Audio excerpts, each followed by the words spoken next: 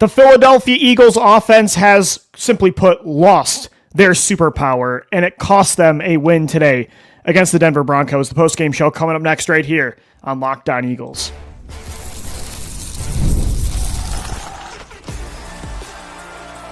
You are Locked On Eagles, your daily Philadelphia Eagles podcast, part of the Locked On Podcast Network, your team every day. Thanks so much for making Locked On Eagles your first listen each and every day. Welcome into the postgame show. The Philadelphia Eagles dropped their first loss of the season, 21-17 against the Denver Broncos, to go to 4-1 on the season. This episode is brought to you by Mazda. Like our players, Mazda sweats every detail because when you make every move count, pulling off the unexpected is only the beginning. Stay tuned later for highlights in this week's Moving the Game Forward. Mazda, move and be moved. The Philadelphia Eagles offense yet again just could not put together a four-quarter performance, and this time the defense finally, they've been doing it all year, finally were not able to bail out an offense that, simply put, has no business being this inconsistent, this inept for multiple quarters on end when you have stars at every single position getting top 10, top 5 money. For them to be so useless for multiple quarters, for an entire half, every single game, it's unbelievable. Honestly, the Eagles are 4-1 at this point. And I'm not suddenly saying the sky is falling and they're not going to make the playoffs and blow it up. Like, this isn't the 2024 Philadelphia Eagles. But right now, they're not the 2024 Philadelphia Eagles because the offense just cannot put it all together. They blew a 17-3 lead in the second half. Denver scores 18 points in the fourth quarter. The Eagles had 4 straight drives in the second half that didn't last over 2 minutes long. The defense got gassed. The offense kept asking them to bail them out, which is just inexcusable, infuriating, maddening, considering how much talent is on that. The proven prime players are on that side of the ball, and it finally caught up to them. And honestly, good. Because the Eagles offense, I don't want them thinking that they can just play like that style of football, that brand of football in the second half, that conservative style where they just try to run out the clock. When they can't run the football, they just hold on to the ball. They don't take any chances in tight windows. They take sacks. Jalen Hurts, that is, takes sacks, and they just have lost their ability to close out games. So good. I don't want them to get comfortable and think that the defense will just do that for them all year long, because you're not, while again, I'm not saying the sky is falling, and I still think this team can win a championship. They're 4-1. They were one of 2 undefeated teams left in the NFL this week, and they are so talented on both sides, and you're seeing the signs. Like, that's why it's so maddening, because the first half was, again, another half where the Eagles' passing offense looked incredible, just like the first half against Tampa Bay, just like the second half against Los Angeles, just like the first half against Dallas. But they can't put it together. And until then, yes, you are going to be an inconsistent team that doesn't look like a championship contender. You can look like a playoff contender and still win games, but as Jalen Hurts so eloquently put it a week or two ago, players win, talent wins championships, but a complete team effort, complete performances through 4 quarters, that's what wins you championships. And I'm not going to say this is the 2023 Philadelphia Eagles, the 2018 Philadelphia Eagles, but when you look at the year after the Eagles made a Super Bowl, what were the issues? A lot of it is just simply put inconsistency. And whether it's on offense or defense, it's a roller coaster ride with these football teams. Every single year after a Super Bowl, it feels like they just fail to evolve. And the Eagles offense is failing to evolve right now. They don't know how to close games out anymore when Saquon Barkley cannot save them. And that's what happened today. Whether it was, simply put, just missing that deep touchdown to A.J. Brown. And I don't know why I keep saying simply put. It's very complicated, actually. It's always one thing or another, though. Like, they just can't get in sync this year like they've been able to in years past. That's where it does remind me of 2018 and 2023. Because if it's not, Jalen Hurts just barely overthrowing A.J. Brown on a wide open touchdown that would have closed the game out, and I don't think that was all on Jalen. A.J. Brown did not run 100% through that route. He gave up And that kind of cost them the football game, whether it was that or it was the penalty on the fourth down deep ball to Devontae Smith that could have put the Eagles in field goal range to regain the lead when they're down 18-17, whether it's a penalty or just a miscue on a deep ball or, a negative play, a negative first down run, which feels like it happens almost every single drive. And if it's not that, it's an eligible man downfield penalty or a holding call. No matter what it is, they cannot get in sync right now on offense. It's always something. And that's why you're only seeing flashes. Because until you see this offense play a brand of disciplined football where they can execute at a high level for multiple quarters on end, not just one quick burst. That's what you're getting this year from the Eagles offense is just quick bursts. And a lot of the times with how good the Eagles defense has been playing, that can win you games. But again, you're not going to look like the team last year that won a championship and took down a team that was going for a three-peat, which has never happened in NFL history, until the Eagles offense starts to play like that team again. And I don't know when they're going to start playing like that. Maybe it's against the Giants this Thursday night. Maybe they figure it out down the road, at the end of October, November. I don't know what it is, but it is starting to get frustrating because 5 games is a pretty big sample size now. And last year, again, 4 games in, this was a problem for the Eagles offense and the defense. They weren't in sync yet. They, who they were in September and early October clearly was not who they were for the rest of the season. So 5 games does not tell you who this team will be all season, but I am starting to get a little bit worried because 5 games is a pretty big sample size, and they've not been able to figure it out. And I'm sick of talking about the same things every single show, Monday through Friday. I mean, I'm doing daily podcasts, and it just feels like they're not fixing the issues. And when you think that they are fixing the issues, it's so few and far between. It's such a quick flash in the pan, and then it's gone. The Eagles' passing game looked really good in the first half. They were giving A.J. Brown and Devontae Smith chances even when they weren't quote-unquote open. Jalen hit that 57-yard bomb on 3rd and 17. They didn't do the coward's draw. They actually gave their guys chances to make plays down the field. The following play, A.J. Brown draws a DPI, a defensive pass interference call on Pat Surtain, which sets up the Dallas Goedert receiving touchdown, I should say. Jalen hits, Saquon Barkley on the wheel route down the field in the third quarter. But and I don't know if it's the play calling with Patullo. He just doesn't have enough answers. I don't know if it's Jalen Hurts just holding onto the football and being too scared to make tight window throws in the third and fourth quarter when they have a lead. So instead he just takes these sacks or he throws it away. It's penalties. It's always something. That's the thing. It's not black and white if the Eagles do this, if they fix this one thing, then they'll be back. There's a lot for this offense to fix. And they, simply put, just need to be consistent. And they're not a consistent football team right now. And if that continues, you're 4-1 right now, but there's going to be more games like this that you blow if you are asking one unit to bail you out over and over again. This defense just got tired. They just ran out of gas because the Eagles offense couldn't sustain any drives. 4 straight possessions with the time of possession for the Eagles being 2 minutes or less. So it's a lack of a run game. It's Jalen's conservative approach at times going way too far. It's penalties. This team is very undisciplined right now. They've been undisciplined all year, but this game, it really bit them in the butt in the fourth quarter. The Zach Bond late hit, the ineligible man downfield on the Devontae Smith deep ball, which was going to be such a game-changing play. Jalen did make the throw. It was the miscue on the A.J. Brown's wide-open touchdown. It's just always something right now with this offense, and they have to figure it out. But I will say, if I did have to make it black and white and say, if they're going to get back to a more consistent brand of football on that side of the ball, what is the one main fix? It is the run game. The Eagles have completely lost their superpower to close games out in the second half because the run game, I can't believe it. It was the best in NFL history last year in 2024. And this year they had Saquon Barkley had 30 rushing yards. So we got to get into that coming up next right here on the Locked On Eagles postgame show. The Eagles blow a 17-3 lead in the second half to the Denver Broncos to drop to 4-1. Don't go anywhere. We'll be right back.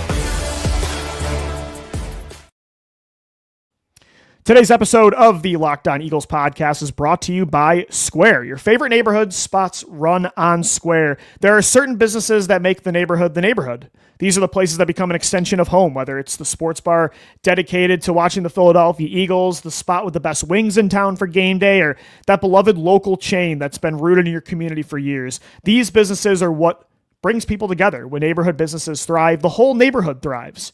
Whether it's, again, your favorite local cheesesteak spot, the dive bar that you love watching the Eagles for the last 10 to 15 years, there's always something in the neighborhood. Square is a proud partner of more than 4 million neighborhood businesses around the world. You can go to square.com/go/LockedOnNFL to learn more. But before you do, go support your favorite neighborhood spots. You'll be happy that you did. Square. See you in the neighborhood.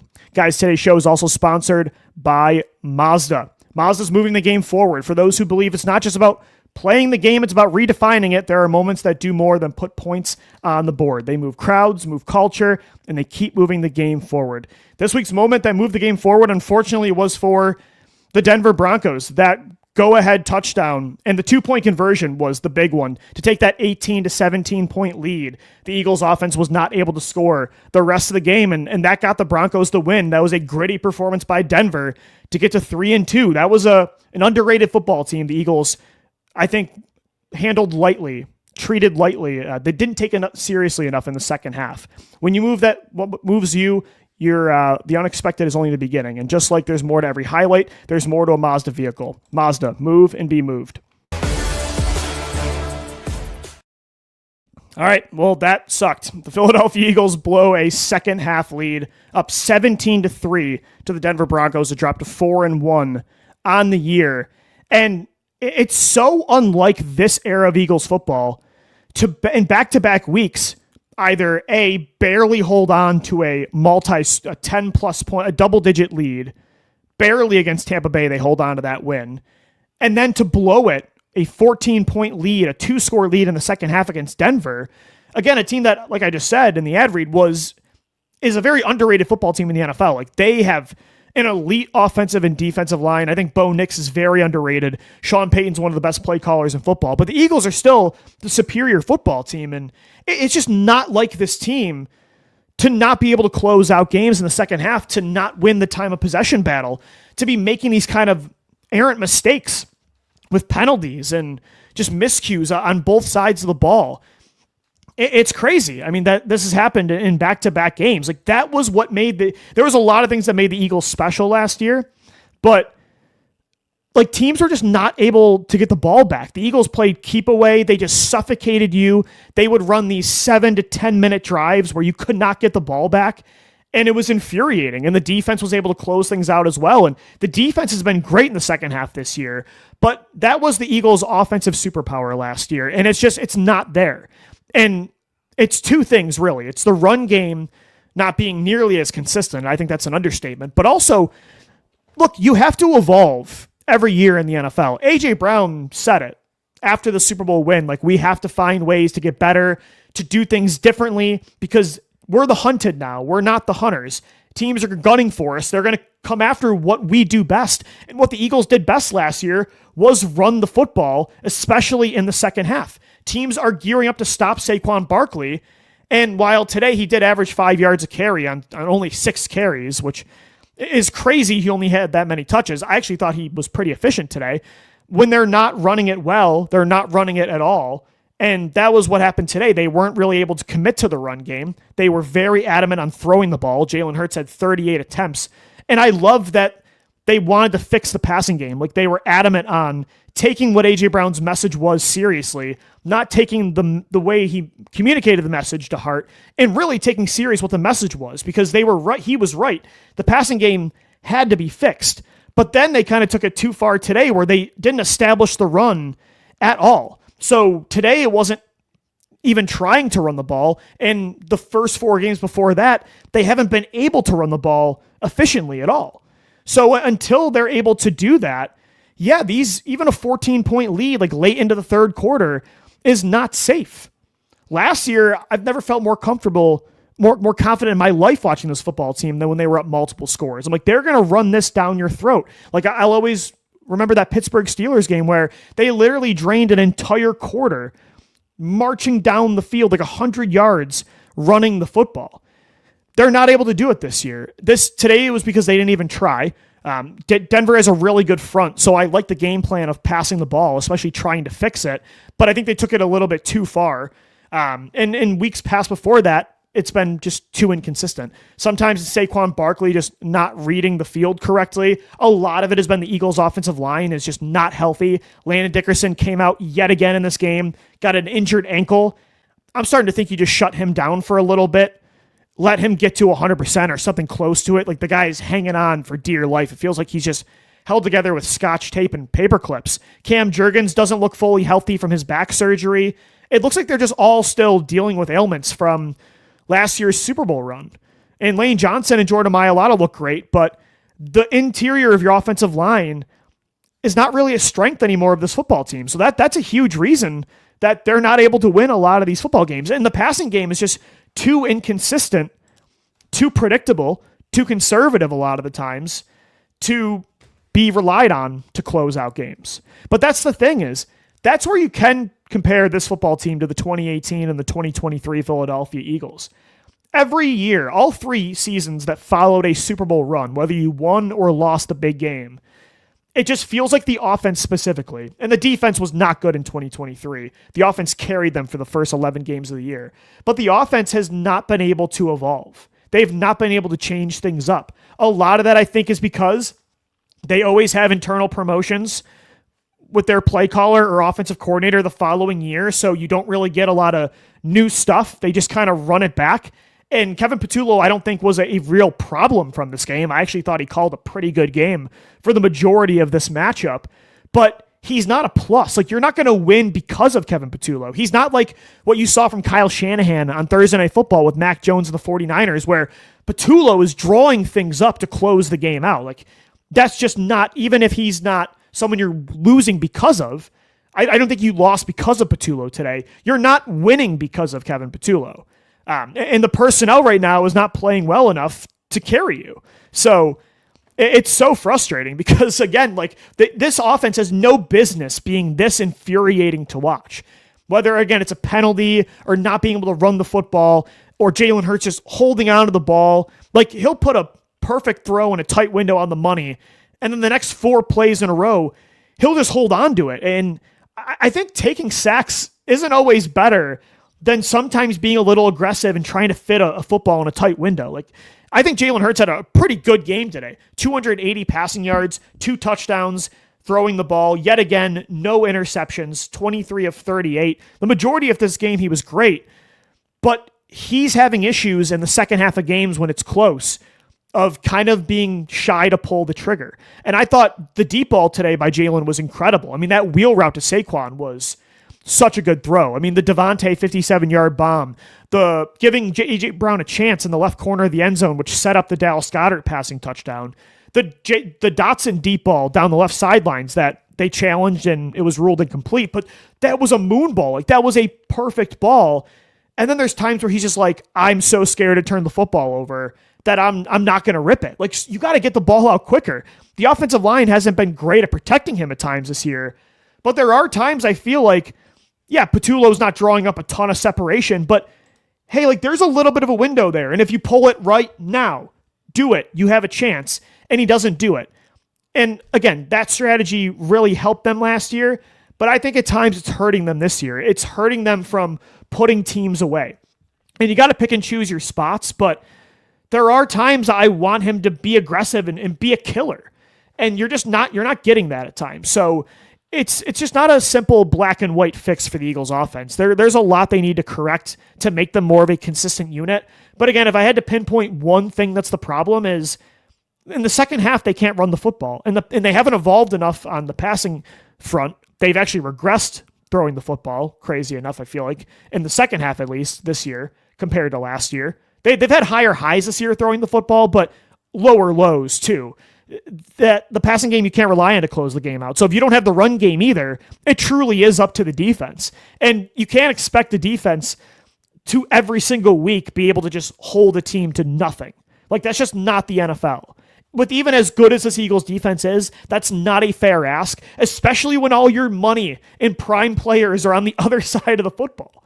So I know I'm beating a dead horse here, but we're getting this every week. They blew a lead in the second half against Dallas because of the offense.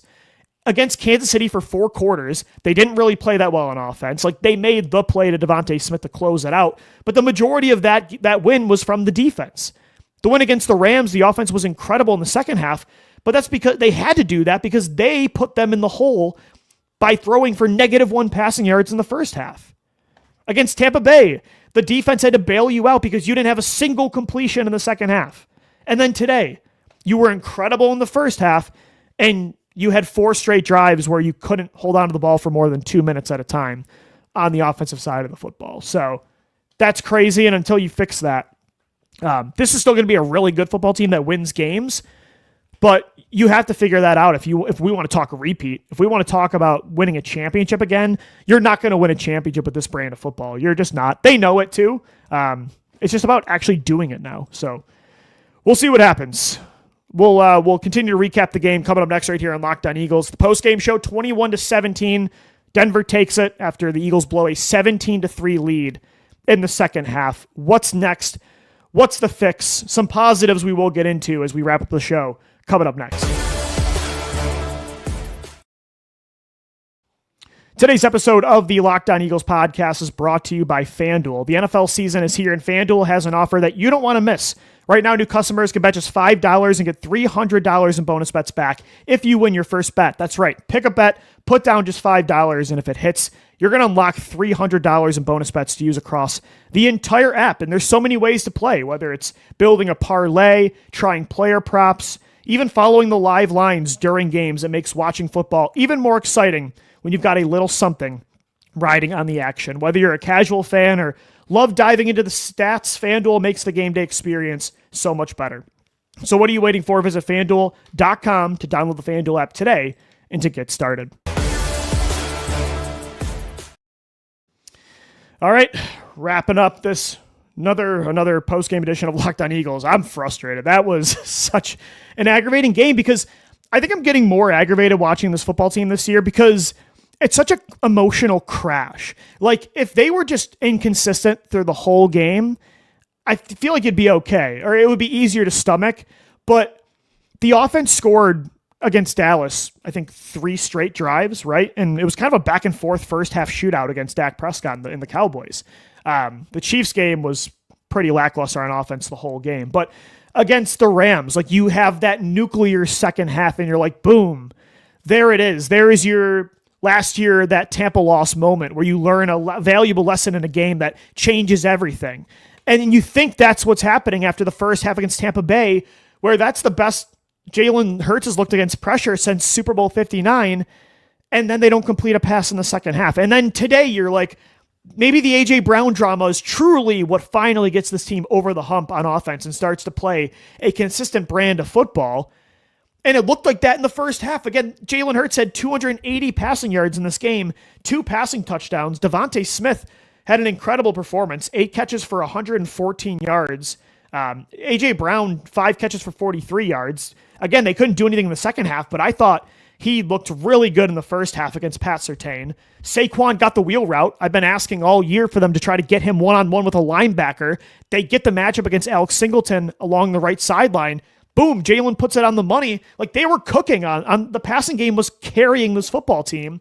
And so you're like, finally, here it is. 3 weeks in a row where, like, they finally turned the corner and they just can't put it all together. Like, they can't do it. And I still believe, because of the talent and the proven track record of this football team, that they will do it this year. I don't think this loss suddenly shows you a 2023 like collapse is happening, or this is going to be like the 2018 Philadelphia Eagles that has to scratch and claw to get into the playoffs. I don't think that's the case. But like, I do believe it's going to happen. Like, I think they're going to turn it around, but it's not there yet. And I don't know what exactly the main fix is. I think the main thing is getting the run game back on track. But it's a lot of things. Like, this team is not disciplined on either side of the football. Penalties especially like personal foul calls on the defensive side of the football, just ticky-tack things on the offensive line. Again, it's just a lack of synchronicity. That they just, everything feels jumbled and just kind of unorganized this year. And I think a lot of that is on coaching. I think a lot of that is on Nick Sirianni and Kevin Patullo and Vic Fangio. On defense, being more disciplined. I think on offense, it's just better execution. And that's a problem too. Like, penalties wiped away some huge game-changing plays today in the second half that could have gave the Eagles a chance to come back after they blew the lead and close this thing out. That ineligible man downfield penalty with the bomb to Devontae Smith that was setting you up to be at least getting a field goal to take a 2-point lead again, to get up to 20-18. Maybe you score a touchdown, though, and you close the game out. The Zach Bond late hit, if that doesn't happen, Makuba made the play. The Eagles were going to get the ball back with way more time than they eventually got the ball back with. So it's a lot of things like that. They're just not playing a disciplined, consistent brand of football right now. And like Jalen Hurts said, like, talent wins you games. They are so talented on both sides of the ball that they can have these really high highs on offense for a half, and the defense can take it from there and close it out, even against really good football teams. But that is, again, I hate to keep bringing up 2023 because I don't think this is the same story at all, but that is kind of what happened with 2023. They weren't able to fix the root caused the main issues of that football team all year, and eventually that inability to build the infrastructure of the building made it collapse. The talent carried them to wins against great teams, but eventually talent isn't enough. Like, you have to play as a unit. They're not playing team football right now, especially on the offensive side of the football. So eventually, they're not going to collapse, but if you don't fix those kinds of things, that is the difference between being a playoff team and a championship team. So I don't know. I don't want to say like they needed this loss. This is the wake-up call they needed, because if the first 4 games of the season, for the offense at least, and the A.J. Brown drama wasn't a wake-up call, and you needed this after everything this football team has been through over the last 4 to 5 years, then yeah, miss me with that. I'm not going to say that. But I am hoping eventually the consistency of these problems week after week will finally make this team just say, we got to figure this out, because time is of the essence. There's a lot of season remaining. They are 4-1, 3 games over 500. They have 2 games against the Giants this month. I think you'll win both of those games, so you'll be at probably 6-1 on the year. Then you've got an interesting matchup against, I think, Carson Wentz and the Minnesota Vikings. Carson Wentz looked really good this morning. The Vikings are 3-2, so that won't be an easy matchup, but you will be favored in the next 3 games. You could get to 7-1, and things could be like last year after the Tampa loss, where we're not really, we're looking back on this and being like, that was just kind of early season stuff. But it's been a lot of low lows for over a month now, and that's concerning. So we'll see. I've trusted the team to figure it out before, and they have. Even in those other seasons like 2018, they did figure it out at the end of the year.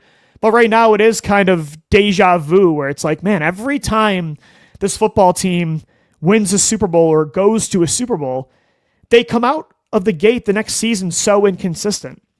And I think a failure to evolve is, we'll talk about it more during the week, but that's something you could really pinpoint to say, like, they need to do better at figuring out the next year how to be different. Because like A.J. Brown said in the offseason, like, you are the hunted now. People are going to look at what you did best last year, and they're going to attack that. You're going to get everybody's best every single week, and they're going to try to stop what you do best. There's no easy games, and I think they've got to learn that. I don't know if you're going to be able to, though, with the coaching staff, to be honest. Like, they've keep doing this. And again, Patullo wasn't the reason you lost today, but I don't trust they have the right guy there to figure it out like they did last year with Kellen Moore. It feels like when they had, Mike Groh in 2018 and Brian Johnson in 2023, I'm hoping it's the players. I really just am banking on the players are so good that they will figure it out. The execution will get more consistent because they're just too talented to be this inconsistent all year long. But I don't know if Patullo and Sirianni are going to be able to put their heads together this year and say, how do we change it? I think you just need them to get back to who they were last year at some point.